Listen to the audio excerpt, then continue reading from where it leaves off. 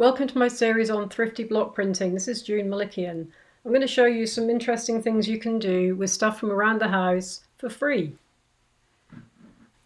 So in my previous video, part 1 of Thrifty Block Printing, I showed how to make blocks using foam board, which is the red flower, corrugated cardboard, which is the blue diamond, and using a kitchen fork to create the orange stripes. This is what it looks like combined, the finished product. So here's the foam board that I made into a block just by drawing into the surface of the foam. What I'm doing now is I'm showing you how I have used the combination of the corrugated cardboard block print that you'll see is already there in blue. I've repeated it several times on the paper. This time I'm using a much larger piece of paper. Now what I'm going to do is I'm going to place the red flower between some of these corrugated block printed diamonds, and what's nice about having the diamonds already there is that I can easily place it in between, and you can see that it broke while I was using it, which is okay. You can always either make another one, or I just carried on using this one, and you can see that I'm just painting onto the board. If we were in school, we would be using our brayers to roll the ink on there.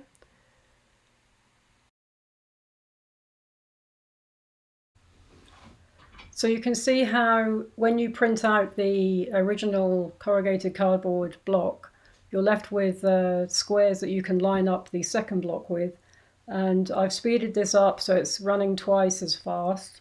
And I'm just doing them randomly, because I want to fill in the other squares with different things like circles, the potato star that you saw me cut in the previous video, and the sponge circle and the feather. When you've done your printing with the foam block, you'll see that some of the texture won't have picked up very well on the paper, so what you want to do is go back in and fill in any gaps that you don't like on the print. That's pretty much the nature of this type of applying the ink by using a paintbrush instead of a roller. What I'm doing now is I'm painting the bottom of a tin can to create a circle, and just giving you some ideas for things that you could use to create your patterns with. And again, I'm putting these at random spaces. You'll see that I'm pretty much doing a diagonal design. And what I'm going to do is I'm going to start putting other things on here, and I will be able to show you this at the end of this video.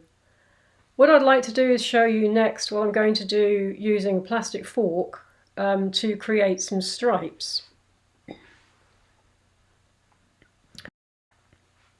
So again, here's a thrifty way to create stripes on the page. I'm using the back of a fork dipped into the paint, and I'm just following the lines on the paper, lining them up as carefully as possible to create a set of vertical stripes. So these are setting off against the horizontal stripes of the blue diamond, just to create a bit of movement and a bit of surface interest.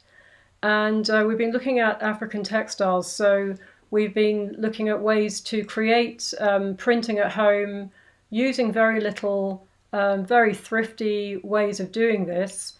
And no trips to the art shop were needed for this, just using whatever you can find around the house.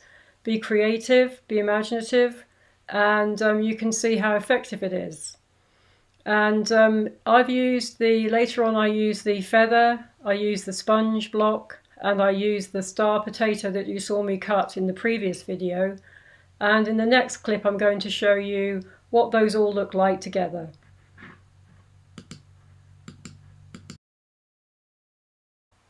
So here's the finished product, and you can see that I've used the flower block and the diamond block together. I've used the stripes that I created using the back of a fork.